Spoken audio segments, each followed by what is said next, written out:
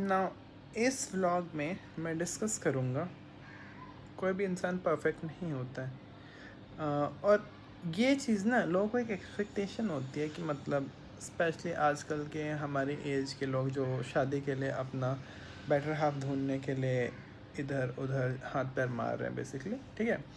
वो क्या कर रहे हैं ना कि मतलब जब कोई रिश्ता फाइनली उनके पास आता है तो वो बहुत ज़्यादा उसे जज करते हैं। वो चाहते हैं कि उनकी छोटी से छोटी बड़ी से बड़ी आदतें वो सब उस इंसान में हो। जैसे सपोज़ कोई लड़का है तो वो चाह रहा है कि लड़कियों में सारी आदतें हो, मतलब उसे जो चाहिए, मतलब एक तो उसकी वाली सारी आदतें हो, देन वो भी आते हो जिससे उसे वो लड़की इंटरेस्टिंग लगे, ठीक है।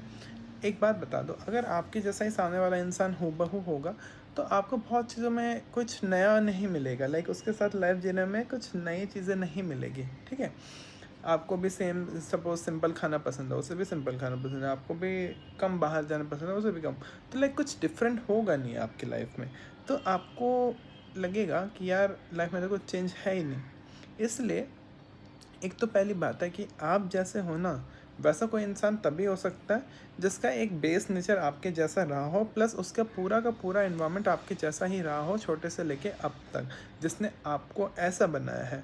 तो ये इतना सेम तो नहीं हो सकता ना किसी भी इंसान के साथ, चाहे वो कितना भी क्लोज है, लेकिन वो आपके जैसा नहीं हो सकता है। इसलिए कई चीज़ें डिफरेंट होगी, कहीं उसको यूनिक चाहिए, उसे डर लगेगा, ठीक है, क्योंकि हो सकता है उसका एक्सपीरियंस उसके साथ बुरा रहा हो। लेट्स से कि आप उसको शायद साइकिल चलाने से डर लगे क्योंकि टू व्हीलर में कभी उसके सामने या फिर उसी का बहुत बुरा एक्सीडेंट हुआ हो या होते होते बचा, ठीक है।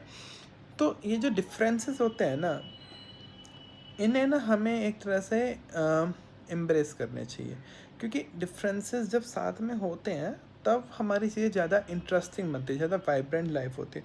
जब सेम सेम से होंगे, और पहली बात तो है ना कि सेम सेम सा सोचना बहुत अनरियलिस्टिक है, क्योंकि कोई हो ही नहीं सकता है, ठीक है। अलग सिचुएशंस है हर एक की, तो फिर इंसान डेफिनेटली अलग होगा।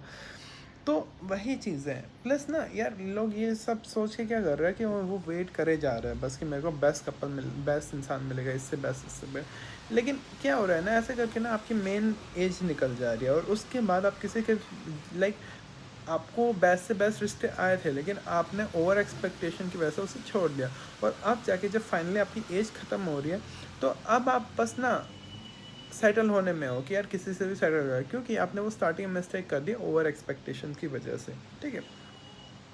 तो इसलिए ना क्या करना चाहिए, अगर हमारे पास मेन चीज़ें हमारी सही है, क्योंकि यार देखो हमारे 100 बड़ी आदतें होती है और लाइक हज़ारों छोटी आदतें होती हैं। अब इतना सेम नहीं हो सकता, हमें बस देखना है कि बड़ी बड़ी आदतें सेम है ताकि वो डील ब्रेकर ना बने। और उसमें भी कुछ गारंटी नहीं है, और उसमें भी हो सकता है लाइक आप कितना भी बात करके 1 साल 10 साल भी लगा लो, आप हर तरह की सिचुएशन में उस इंसान को जज नहीं कर सकते हो, ठीक है।